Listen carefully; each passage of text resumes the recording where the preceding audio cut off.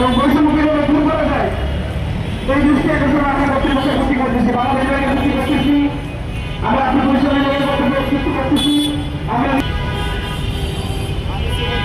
আসসালামু আলাইকুম।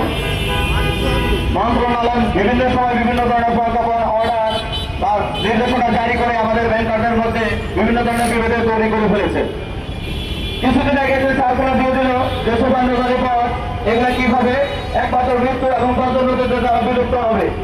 আবার তার কিছুদিন পরে কি করলেন, যারা সুপারভাইজারি পদোন্নতিতে এজিএম হয়েছে, আমার মনে হয় ওনারা বিভিন্নভাবে বিভিন্ন কায়দা মন্ত্রণালয়কে বোঝাতে সক্ষম হয়েছে এই সুপারভাইজারি নিয়মিতকরণ করতে হবে। এই সুপারভাইজারি সমন্বয় করতে গিয়ে সেখানে মিনিস্ট্রি নির্দেশনা জারি করেছেন যে যতদিন পর্যন্ত এই সুপারভাইজারি আত্মকরণ না করা হবে ততদিন পর্যন্ত সকল গ্রেডে সকল ধরনের পদোন্নতি বন্ধ থাকবে। এটা কোন ধরনের নিয়ম? এটা হতে পারে না। কারণ কারোর জন্য কারো পদোন্নতি বন্ধ করে দিবেন, সেটা কোনো নিয়ম হতে পারে না। যে পদোন্নতি পেয়েছে সে তো পেয়েছে, আর তার জন্য অন্যরা পদোন্নতি পাবে না, এটা কোনো বৈধ সার্কুলার হতে পারে বলে আমরা বিশ্বাস করি না।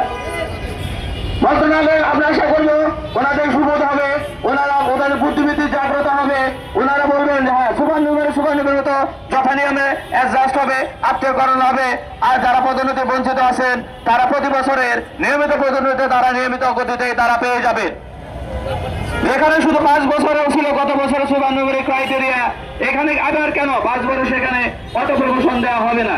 সুপারভাইজারি যদি প্রমোশন দেওয়া না যায়, অটো প্রমোশন যদি না দেওয়া যায়, ব্যাংকের অর্গানোগ্রাম চেঞ্জ করে যথম সংখ্যক পদ সৃষ্টির মাধ্যমে অবশ্যই বঞ্চিত কর্মকর্তাদের পদোন্নতি দিতে হবে।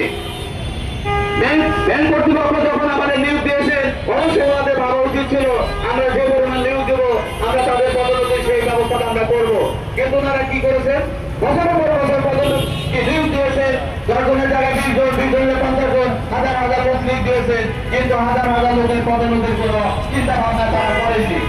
অথচ একই যোগ্যতা নিয়ে একই বছরে যোগদান করে বিভিন্ন কাজে যোগদান করে তারা কি হয়েছে 3 বছরের প্রমোশন পেয়েছে, যে 4 বছর 5 বছর 6 বছরের প্রমোশন পাচ্ছেন না, 10 বছরের প্রমোশন পাচ্ছেন না। এটা করে কি হচ্ছে, কারো কারো ব্যক্তিগত মর্যাদা শোনা হচ্ছে, অফিসের কারো কারো হচ্ছে, কারো কারো নষ্ট হয়ে যাচ্ছে। এখান থেকে যদি যোগদান না করতো হয়তো অন্য কোনো সেক্টরে বিশাল বড় করে যাবে, তারা বড় উন্নত কর্মকর্তা হতে। এভাবেও দেখা যাচ্ছে তাই আমরা চাই আমরা যারা আছি আমাদের যাদের যোগ্যতা আছে এবং ব্যাংকিং যোগ্যতার বিরোধী তাদেরকে অবশ্যই